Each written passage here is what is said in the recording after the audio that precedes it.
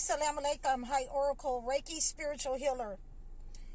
And today I wanted to talk to you about, some of the conversations that I had with the elders when I ran my own group home, my elderly and disabled group home, my caregiver group home.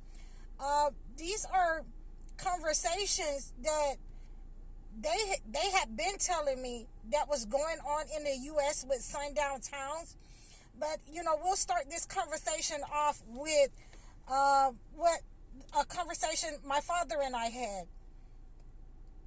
And, he was telling me that when he was, courting my mother, that he would walk through Camilla, he would walk through Cairo, Georgia, because my mother stayed in Albany, Georgia. And, on several occasions that he was stopped by the sheriff in Cairo, Georgia, or Camilla, Georgia, and locked up for his own protection because he could not walk through the town or camp out in the town at night during that time. And we're talking about the 60s and the 70s. So, we are also talking about him going through a town.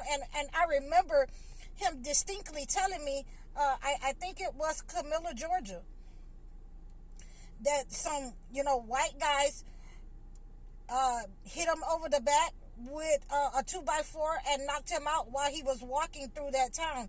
And he woke up in the jail, in the county jail. And they released him in the morning because these are some of the things that he was telling me would happen to black people in certain towns. And the third, place that he told me was Lovejoy, Georgia. And these are some of the places that he said, you could go to work, but the people were very racist. You could go to work there, but at night, you were not supposed to be there in the nighttime. You were not able to live there as a person, as a black person, as a person of color. Forsyth County, we all know where Forsyth is. You're not allowed to work there or be there after sundown. These are all sundown towns in Georgia. So, we want to keep in mind that all of these brothers that are coming up unalive and being taken out, while they're working as truck drivers. And remember that, my husband was a truck driver. So I know a lot about places that, he has really disclosed to me that, I want to get out of here as soon as possible as a black man. So, we want to make sure that we're letting our brothers know that they should be in groups. You need a team to drive and deliver to certain states and counties across America. They are purging. They have been purging. And again, and I cannot stress this enough, there are black men coming up missing all over the place. They are purging. We still have not seen Moses West reappear or post on the internet anything. So, I'm not convinced by a lot of the rhetoric that they put on social media about our black people. But what I do know for a fact is what I have been told firsthand by the elders when I was taking care of them. Certain places you're not allowed to go. You can work all you want to, but you have certain towns and certain places across America that you're not allowed to be in. So, I've talked to some of the other elder females that were telling me back in the same time, 60s and the 70s, early 70s, late 60s, that you were, if you went downtown Atlanta, and they had to, at that time, they were catching the bus trailways at the time, and Greyhound. And some of you are not familiar with trailways, but that was a bus system, to bus people into the outskirts of Georgia and different states, just like Greyhound is today. And Greyhound bought them out. In many of these towns, they have confirmed that downtown Atlanta, among other towns, where white people were hanging black people at that time, there has been confirmation with the same thing that my father has said to me, that they would hang people in underground Atlanta. And a lot of our people do not know that, and they're walking around in Georgia, talking about revive downtown Atlanta. It's dead for a reason. It's dead because the spirit and the blood of our people are there. So, we're not looking to revive something on the blood and bones of our ancestors. And, in this trailway situation that this elderly lady was telling me about, was that, she had to, hide her granddaughters and her kids up under the seats on the trailways and let white people sit down at that time. So there have always been racist cities, racist businesses. The Woolworth that was downtown. My father absolutely told me about that these businesses supported these people for being racist. But, they want our gifts again. And I'm telling you that we have to create our own spaces. We have to create our own jobs for our people. We have to demand reparations. We have to take ourselves out of their society and start pouring into our own people, our own businesses.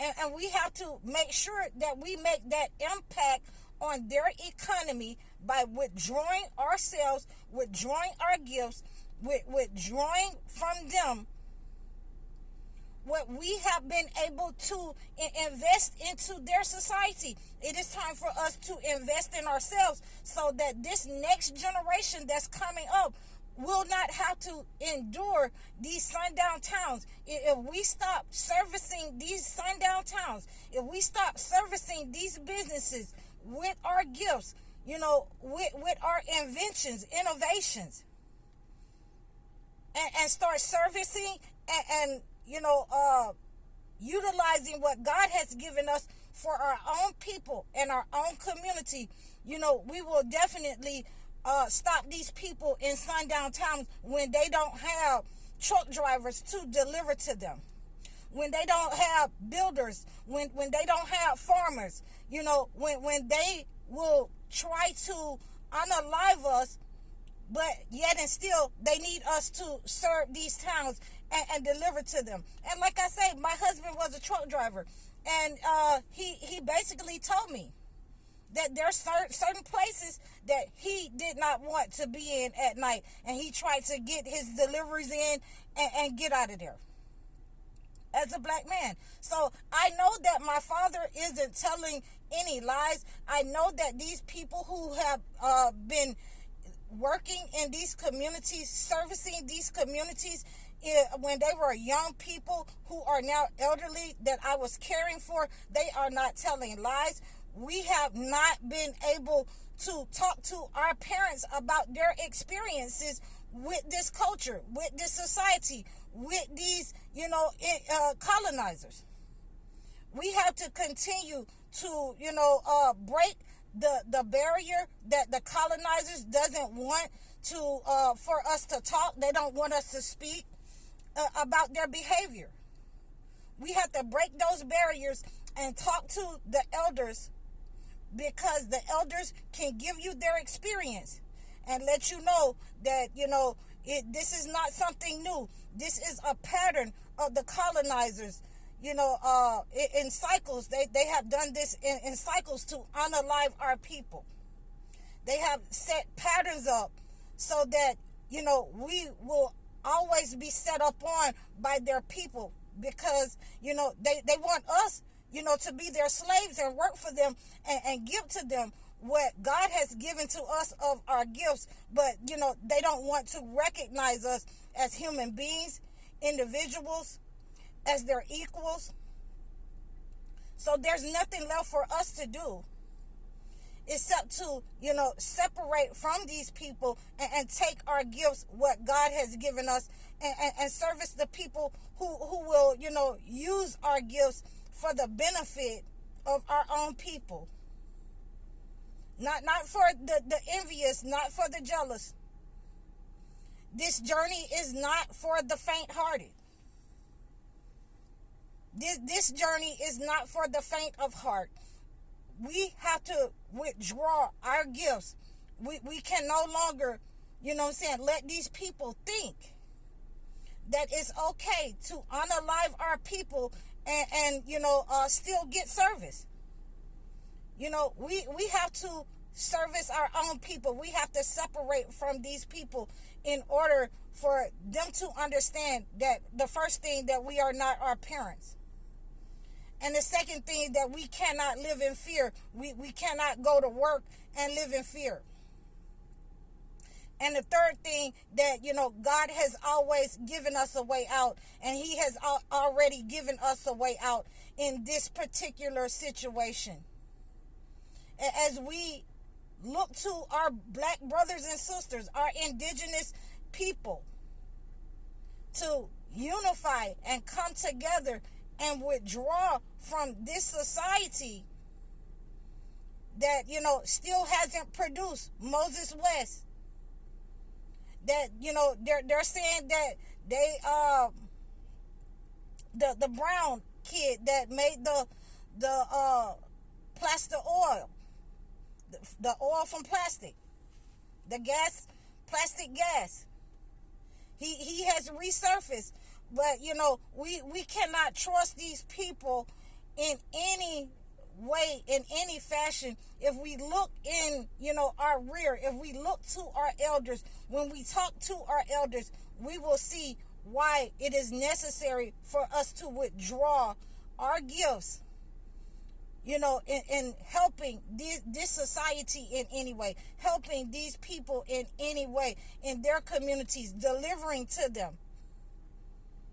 And create our own jobs, create for our own community, create for our own people in the diaspora.